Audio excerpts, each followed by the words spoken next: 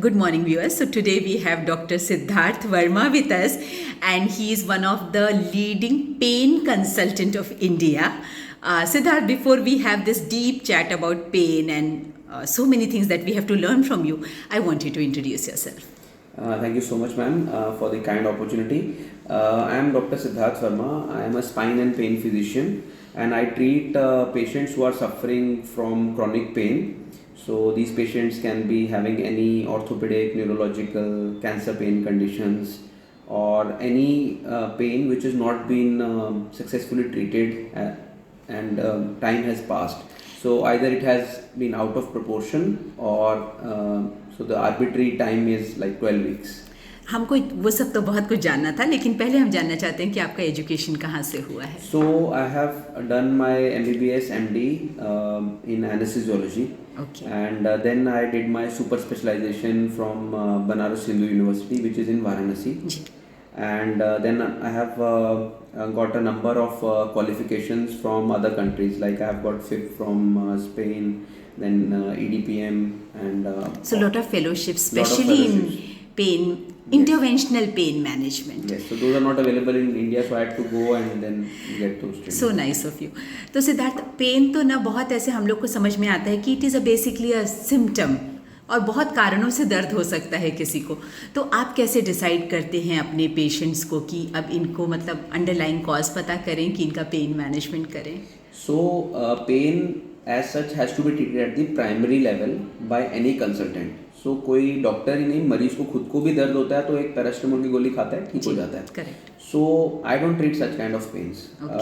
For example, if अगर कोई patient emergency में दर्द से चिल्लाता आ रहा है, so that's not the kind of patient which I treat. अच्छा. उस पेशेंट का इलाज वहीं इमरजेंसी में बिना कोई समय गवाए हो जाना चाहिए. उसके लिए मैं ट्रेनिंग देता हूँ, लेकिन मैं खुद उसका इलाज जो है रोज़ नहीं करता हूँ. सो जो दर्द मेरे पास लेके मरीज आते हैं वो हमेशा क्रॉनिक पेन के पेशेंट्स होते हैं, मतलब जिन्हें काफ़ी समय से दर्द है. जिन्हें काफ़ी समय से दर्द है. सो फॉर एग्जांपल कमर का दर्द है, 3 साल हो गए, 2 महीने हो गए, 3 महीने हो गए, एक्सरे कराया, ऑर्थोपेडिक्स में दिखाया, आराम नहीं मिल रहा है, MRI कराया, नॉर्मल आ गया, थोड़ा सा डिस्क बल्ज है, सर्जन बोल रहा है अभी सर्जरी नहीं करनी है, मगर मरीज को दर्द हो रहा है. तो इस तरह के मस्कुलोस्केलेटल पेन के पेशेंट्स हमारे पास आते हैं. फिर सर्जरी हो गई, फॉर एग्जांपल एक हर्निया की सर्जरी थी या कोई भी तरह की स्पाइन की सर्जरी थी, अभी सर्जरी हो गई, सर्जरी सक्सेसफुल है और MRI एकदम टकाटक दिख रहा है, हर्निया निकल गया, बट मरीज बोल रहा है कि सर दर्द तो अभी भी है. अच्छा. तो उस तरह के पेशेंट्स आते हैं. फिर कैंसर के पेशेंट्स हैं, इलाज हो गया, लकीली कैंसर ठीक हो गया और #कैंसर फ्री डाल के उन्होंने पोस्ट डाल दिया अपना एकदम टकाटक, और उसके बाद भी दर्द है. तो इस तरह के मरीज हमारे पास आते हैं, मतलब जो क्रोनिक पेन से परेशान है. तो पेन सिद्धार्थ, हम लोग को ऐसे समझता है कि पेन तो बहुत माइल्ड से मेजर हो सकता है और पर्सन का भी डिपेंड करता है ना, कि कोई बहुत ज़्यादा पेन मतलब. तो आप कैसे डिसाइड करते हैं कि किसको ट्रीटमेंट की ज़रूरत है और किसको नहीं? सो जो पेन है, पहले मैं आपको समझाता हूँ कि पेन होता क्या है. पेन एक अनुभव है, व्यक्तिगत अनुभव है. इसकी जो डेफिनेशन है उसमें ही बताया गया है कि पेन इज़ एन अनप्लेजेंट मतलब अच्छा ना लगने वाला, सेंसरी एंड इमोशनल. तो ये सिर्फ सेंसरी नहीं है. आमतौर पे हम समझते हैं कि भाई यहाँ एक नर्व है, वो यहाँ से स्पाइनल कॉर्ड में जा रही है, वहाँ से ब्रेन में जा रही है और सेंसेशन कैरी कर रही है. बट इसके साथ साथ एक बहुत बड़ा इमोशनल कंपोनेंट रहता है जिसके बिना के पेन को डिस्क्राइब करना मुश्किल है. ओके. और मज़े की बात क्या है कि दर्द जो है वो आदमी सीखता है. जैसे फॉर एग्जांपल अगर एक मैं आर्मी मैन को छोटा सा खरोच लगा दूं तो वो तो उसको ब्रश ऑफ कर देगा. करेक्ट. और अगर हम और आप अपनी बात करें, छोटी खरोच लग गई तो मैं बैंडेड ढूंढने जाऊंगा और फिर वो लगा लूंगा कि इस डर से कि भाई वो कहीं और इन्फेक्ट ना हो जाए, जलता ना रहे या वगैरह वगैरह. ओके. सो हम लोग अपना दर्द का एक्सपीरियंस सीखते हैं और इसीलिए हमारी सबकी सेंसिटिविटीज़ बहुत अलग रहती हैं. अगर आप इवन सेक्स में डिफरेंसेस रहते हैं. जैसे महिलाओं को दर्द सहने की क्षमता ज़्यादा होती है, लेकिन उसे एक्सप्रेस करने की भी क्षमता ज़्यादा होती है. अच्छा. और वो उसे बुरा नहीं मानती है किसी को बताना कि अरे मुझे कमर में दर्द है, रादर मे बी कि एक फैशन माना जाए. लेकिन अगर मेल्स की बात करूं, उनको सहने की जो पावर है वो कम है क्योंकि दर्द को सहते नहीं है ना। फीमेल्स तो हर महीने मेंस्ट्रुअल पीरियड हो रहे हैं, फिर कोई प्रेगनेंसी का पेन सह रहा है। करेक्ट। और कई तरह की चीज़ें उनको डिफरेंट हैं, सोसाइटी के समाज के नियम हैं ये वो वगैरह वगैरह। लेकिन मेल्स को इतनी सब आदत नहीं होती है। लेकिन अब प्रॉब्लम क्या है, जब उसको होगी दर्द तो अब उसके मेल ईगो के अगेंस्ट जाता है वो दर्द को एक्सप्रेस करना। इसलिए वो दर्द को सहने की क्षमता कम है, लेकिन फिर भी एक्सप्रेस नहीं कर पाते। करेक्ट। तो देखो ये मैंने बड़े शॉर्ट में आपको बताया है, लेकिन अभी आप सोच रहे होंगे कि इतना कॉम्प्लिकेटेड हो गया जी। सो ऐसे ही पेशेंट आते हैं हमारे पास। हाँ। और फिर हमें डायग्नोस करना, फिर उसकी तह तक पहुंचना, उसका कारण क्या है, और फिर उसका इलाज करना। तो अगर आप इसको सिंप्लीफाई करना चाहते हो और मुझसे एक शब्द में पूछो कि दर्द का मतलब डेफिनेशन बताओ, तो दर्द एक अनुभव है। It is an experience. Okay. जो सबके लिए अलग अलग जो सबके लिए अलग है। देखो एक्सपीरियंस किसी का भी अलग हो सकता है। हाँ, तो आप कैसे डिसाइड करते हैं कि ये जो पेन है इसमें किसी तरह का इंटरवेंशन करना चाहिए? सो इंटरवेंशन तो हमें हर पेशेंट्स में कुछ ना कुछ करना पड़ता है। अच्छा। लेकिन जो हमारा इंटरवेंशनल प्रोसीजर है वो हम तभी करते हैं जब हमें कोई या तो डायग्नोसिस बनाना हो और या फिर हम उस पेन जनरेटर को आइडेंटिफाई कर चुके हों। ओके। पेन में जो मेरी ब्रांच है वो एक ऐसी ब्रांच है जिसमें हम डायग्नोस्टिक प्रोसीजर्स भी करते हैं। जैसे आपने देखा होगा कि वो कई बार कहते हैं हम डायग्नोस्टिक लैप्रोस्कोपी करेंगे। Correct. या हम पेट में जलन हो रही है तो भाई हम ट्यूब डाल के देखेंगे पहले क्या हो रहा है ना। कि वहाँ फोटो वोटो खींचेंगे, उसको कहते हैं एंडोस्कोपी, है ना। सो सेम वे में हम भी वो डायग्नोस करने के लिए एक फॉर एग्जांपल हमें लग रहा है कि भाई ये कमर का ये जोड़ जो है ये दर्द दे रहा है उस मरीज को। Correct. तो हम अपनी सुई से यहाँ जाएंगे, उस दो जोड़ को नम कर देंगे और मरीज से पूछेंगे भाई आप बताओ दर्द गया तुम्हारा। हाँ। तो वो बताएगा कि हाँ दर्द चला गया।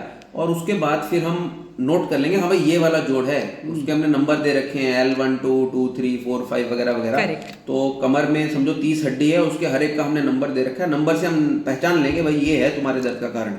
और इतने सटीक तरीके से सिर्फ यही स्पेशलिटी है जो इसे ठीक कर सकती है। एक बार डायग्नोसिस हो गया तो ट्रीटमेंट करना भी इजी हो जाता होगा। अच्छा, बहुत थैंक यू सो मच कि आपने इतने डिटेल में एक्सप्लेन किया।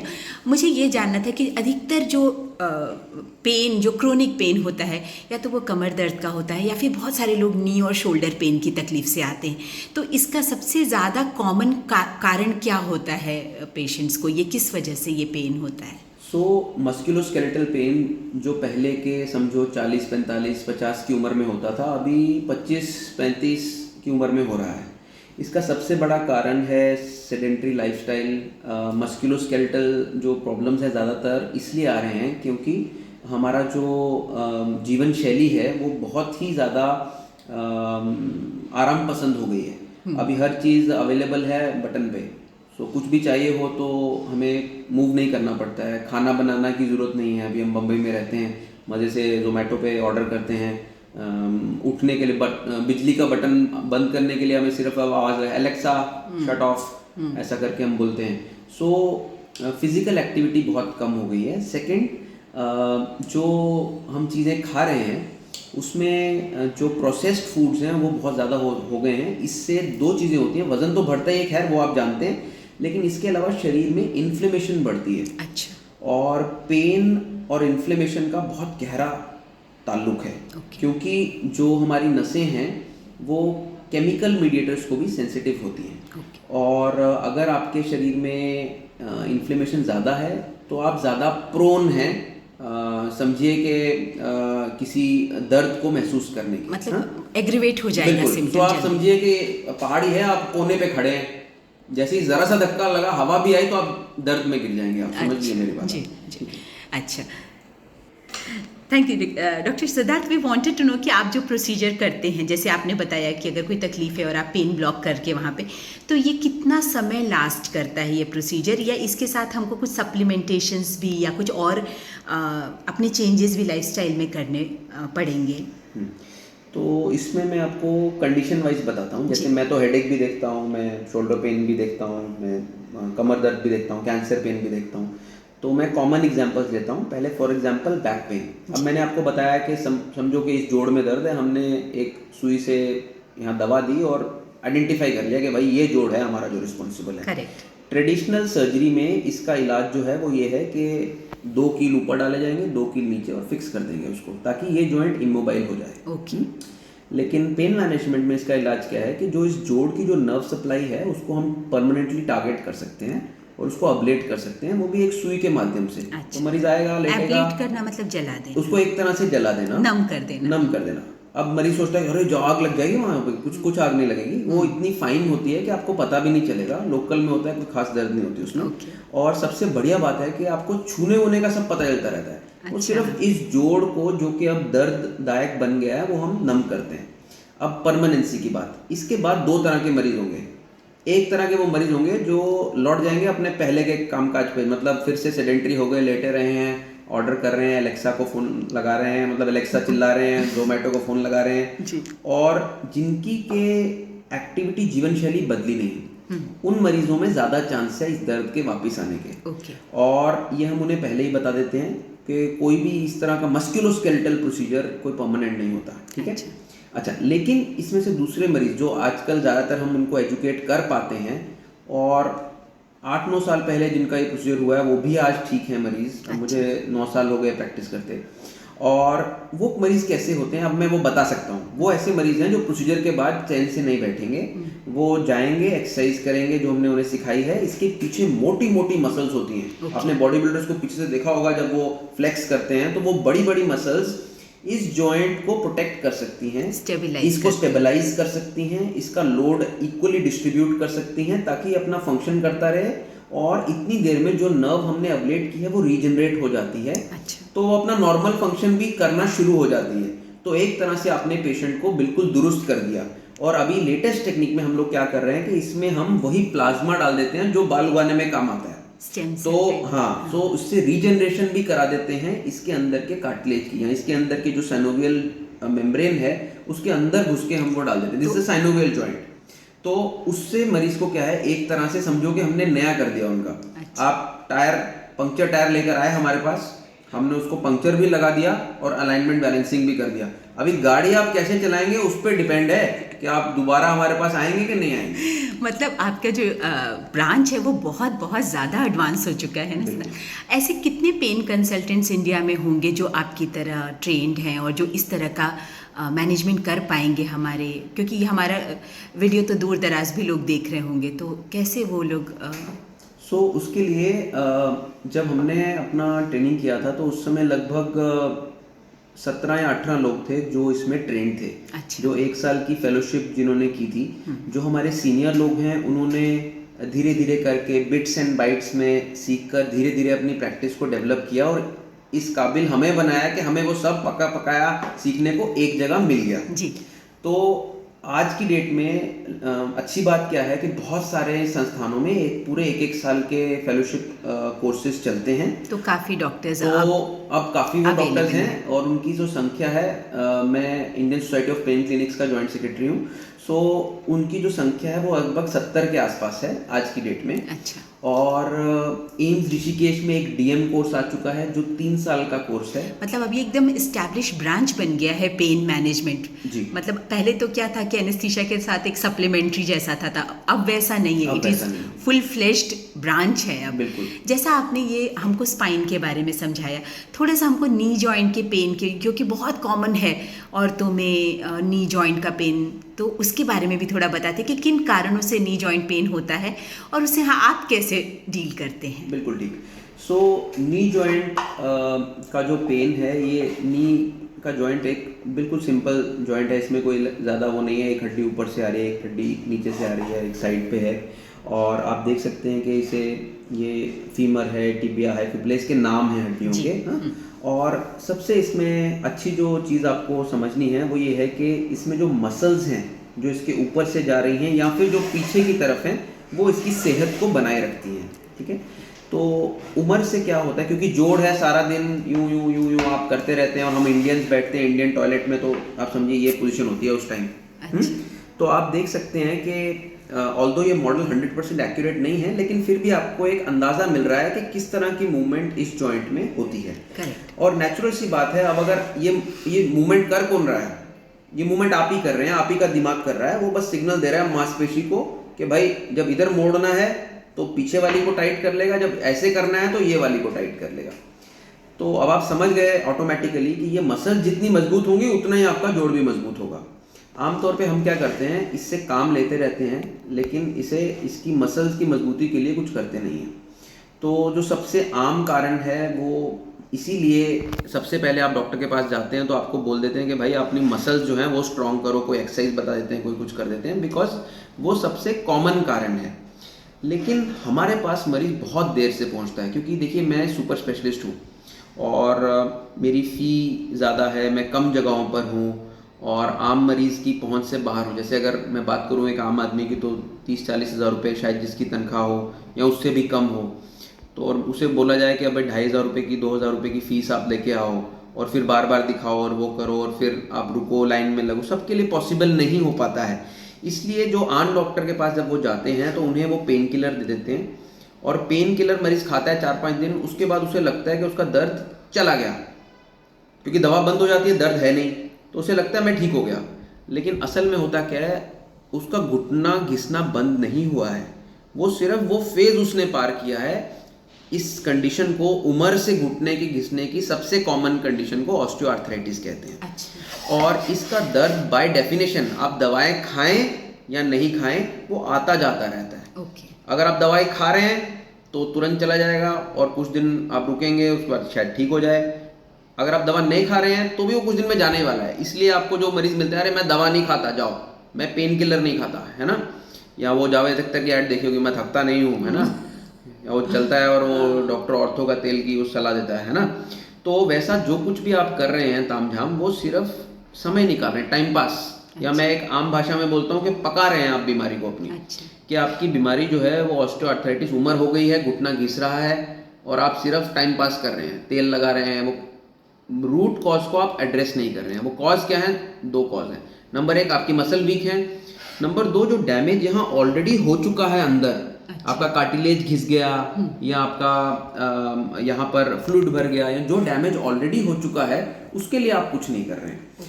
तो हमारे ब्रांच में जो इसका इलाज होता है कि स्टेज 1, 2, 3, 4 सब में इलाज पॉसिबल है और इतना ज़्यादा इफेक्टिव है वो कि अब बाकी ब्रांचेस भी इसको अपना रही हैं। ओके।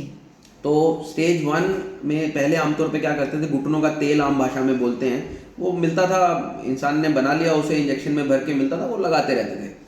अब उसमें प्रॉब्लम क्या आती है कि अगर वो स्टेज 1 के बाद लगाया जाए, मतलब स्टेज 2, 3, 4, जैसे कैंसर की 4 स्टेज होती हैं जी। इसकी भी 4 स्टेज होती हैं। ओके। अब अगर पहली स्टेज में लगा दो तो रिजल्ट अच्छा है, मतलब अगर 10 मरीज में लगाएंगे 9 ठीक हो जाएंगे उसमें। अच्छा।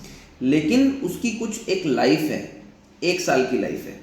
तो अब फिर लोग बोलना शुरू कर देते हैं, भाई तो उससे 1 ही साल आराम होगा, लेकिन आप समझ नहीं रहे हैं, वो 1 साल आराम तो हुआ, लेकिन साथ साथ आपका घुटना आगे घिसने से भी बच गया। ओके। तो जो आपका घुटना 4 स्टेज में पहुंचना था, समझिए 45 में, अब 46 में पहुंचेगा। तो अगर आप वो रिपीट करते रहें समय समय पर, तो आपका जो घुटना है उसकी लाइफ प्रोलॉन्ग हो सकती है। ओके। दूसरा जो स्टेज 1 में ऑप्शन है वो कंजर्वेटिव ऑप्शन है, जैसे कि वजन कम करना, जैसे कि एक्सरसाइज करना, वो सब ऑलरेडी आपको बताए जाते हैं। लेकिन उसे इम्प्लीमेंट करने का फ़ायदा कितना है मैं बताता हूँ। अगर आप 5 किलो वजन कम करेंगे तो बिना किसी और इंटरवेंशन के आपका दर्द आधा कम हो जाएगा, ऐसे ही free. Okay. Free free free. Okay, so ये स्टेज 1।